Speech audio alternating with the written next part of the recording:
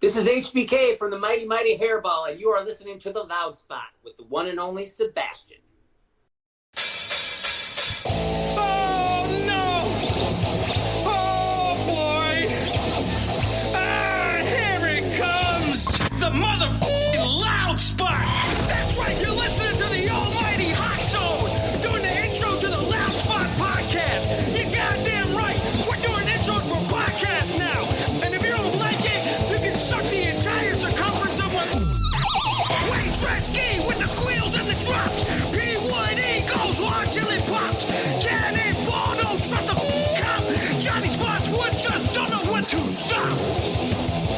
Yeah, and if you don't like it, you better take your ass up to the snooty box, cause this is the Loud Spot. Okay, see you later. What's up, everybody? Welcome to the Loud Spot. I'm your host, Sebastian Cosby, right out of Oklahoma City. Today, I have HBK with us from the band HAIRBALL. What's up, man? Not much, man. Good. And Sam is on here also, but he is muted because he has bad reception where he's at. he's just gonna play. Sam. Poor Sam. Dude, I want to thank you. I know you guys are probably used to doing more daytime interviews on radio stations, and unfortunately, I can't do daytime, so thank you for joining us late night. Absolutely. Happy to be here. All right, so I do have a question for you. The name HAIRBALL. Did you guys go through a bunch of different names before you decided on the band name HAIRBALL? Nope. You got the band was always HAIRBALL. I am not an original member, but I remember when the band began, and way back when it has been HAIRBALL from day one. Okay, so when did you join the band?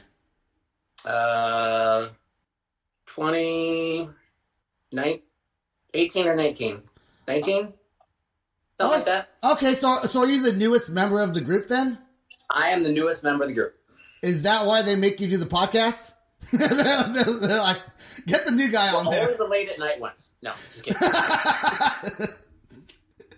So I'm assuming then, obviously, you played bass for a long time, and how did you wind up getting into the band? All right, so I've known most of the guys for a number of years. I mean, we're both kind of from, the majority of us are all kind of from the Minneapolis kind of area overall. And so I've known their manager for a long time.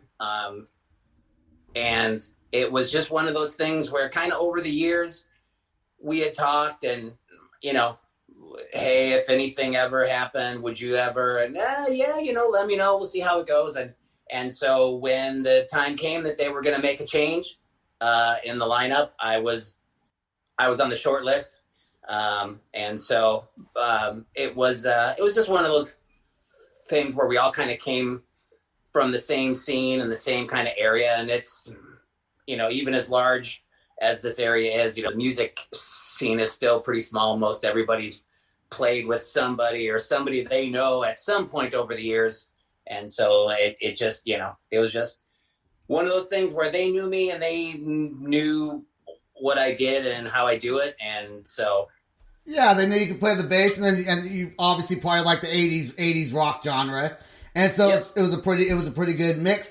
Was it, so before you got in the band, did you play in other bands on such a wide, such a big stage that HAIRBALL plays on? At times, certainly not with the consistency.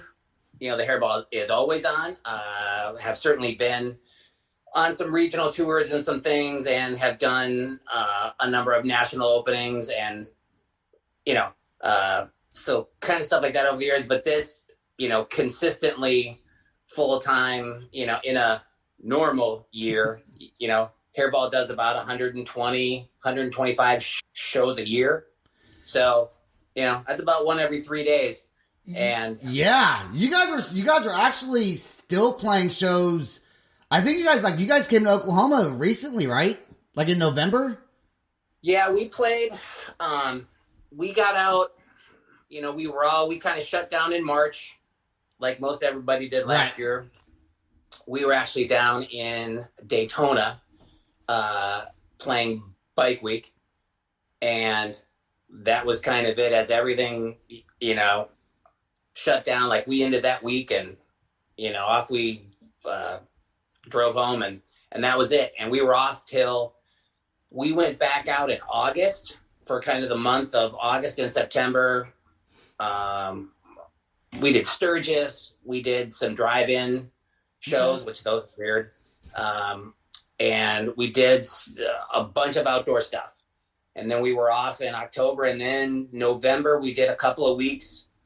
I think Oklahoma, Nebraska. We played a few of those last, I think we were in Deadwood.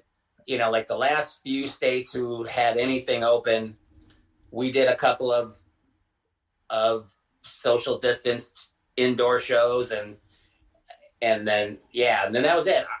So, I mean, we were lucky to get to do something last year after everything went. Yeah, kaput. Yeah. I mean, so, I'm lucky. I feel lucky that we were able to at least get out and do something. I mean, you don't ever really realize what you got until all of a sudden you can't go do what it is that you do anymore. Yeah. So when you guys tour then, do you guys have to, because I saw you guys were playing, I went on your website, checked it out. Do you have to know which states are open, which states aren't open? And then within those states, the venues that you're allowed to play in. I guess you guys probably don't even do the booking. Someone else does that for you.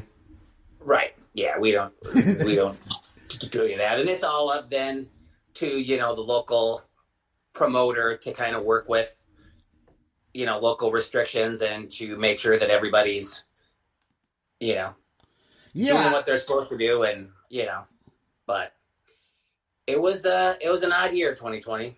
Yeah. So how many shows did you guys get to play in the year? God, I'd have to go back and add it up, but I'm going to guess maybe 35 or 40% of our shows, because like up through March, I mean, we were screaming. I mean, we were. What do you mean 35? So 35 to 40% of your shows, meaning that reduction. And so instead of 100% of what you would normally play, that was just 35 to 40%. So in any given year, are you guys usually playing like every weekend, or do you guys like so like in 2018 or 2019, how many shows do you think you did in that year? Around 125. Okay, so specific. 126.2.5. One was cut in half. One of the shows got cut in half. So one went long. Yeah. So 40% of that would be just a little over 40 shows. Something like that, yeah. That's around there. Okay. So, do you, so you joined the band 2018-ish, right? Do you have a favorite song, since you're new to the band, do you have a favorite song that you like to play or a favorite band that you personally like to cover more than any other song that you guys do? When we do our Queen set, that's great only because, I mean, I'm a huge Queen fan. I love to play those songs is fun. They're super musical. They're very, very tasteful. They're very fun to play songs. But if it gets down to just one song, my favorite song to play, though, is probably Hot for Teacher. Okay. Just because our drummer is phenomenal. He nails that song, and the bass line in that song is super fun. I mean, it's like a freight train. I mean, and it's just, that's probably my favorite song that we do. I saw your drummer's drum set, man, on some of those video clips.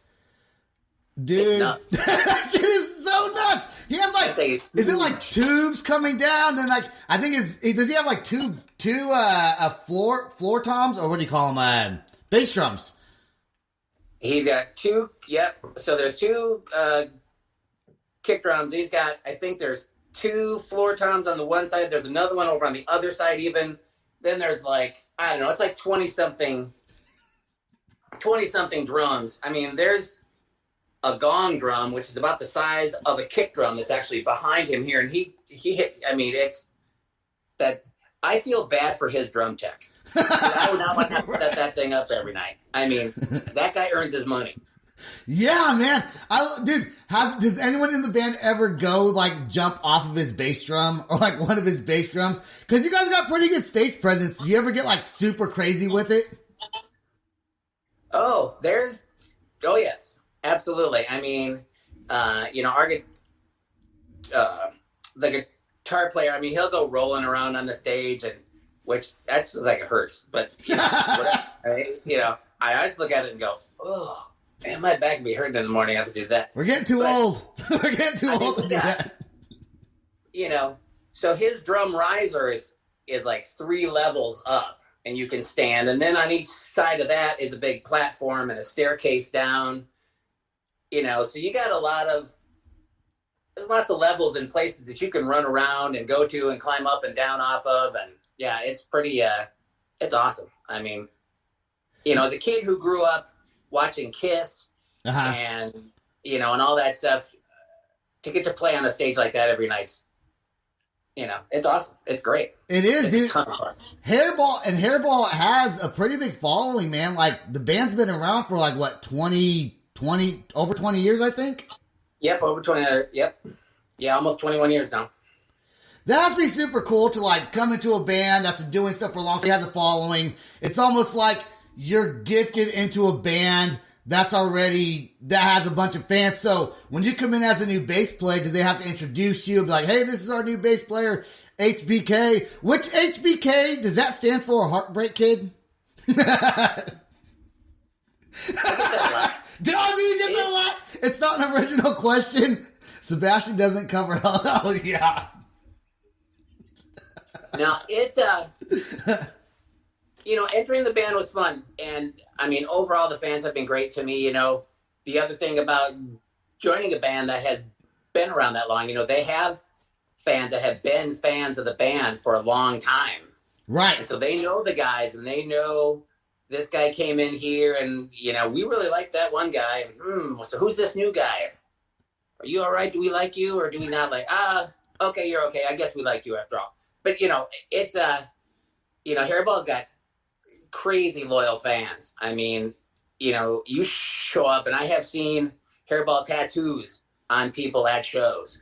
I mean, they're swagged out. I mean, there's Hairball ink out there. It's amazing. What would suck though is if someone has like a Hairball tattoo and like all the faces of the people from Hairball on the tattoo, and then your face isn't on there. And Sam's gonna be putting signs up all night. He's gonna be putting signs up all night. Since he can't talk, he's gonna be writing little notes and putting them on for the video podcast part. Ask him this. No. Does the band do? I'm sure the band does all kinds of interviews and podcasts. I got to ask you a question because I am totally unprofessional at doing a podcast. I love doing it though. We have a lot of fun on here. Are a lot of the interviews that the band does, are they pretty scripted? None that I've ever done. I've never actually been handed a script. I just started doing them this last year. Okay. But nobody's ever handed me a script.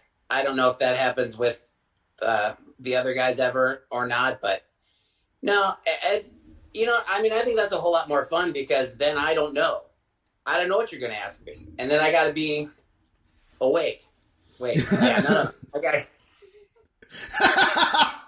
Dude, I interviewed a band. I did this as a friend of mine, and I asked him, because he was on another podcast, and it was scripted. And he was like, it's probably a little easier to do, and I get that.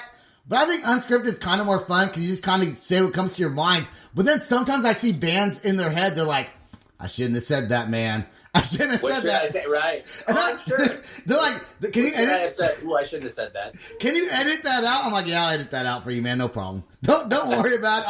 I'll take it out. I like to make my show look good also. You know what I'm saying? So I'm not going to put anything embarrassing on there. Right. When it comes to costume changes, wait, you guys have, how many singers does the band have? 3. And so yeah, they kind of rotate in, throughout. So me, the guitar player, and the drummer are out the whole show, right? So we don't change. We're out there for every song the whole night. And then those 3 guys all switch in and throughout the evening. And so it's usually 1 to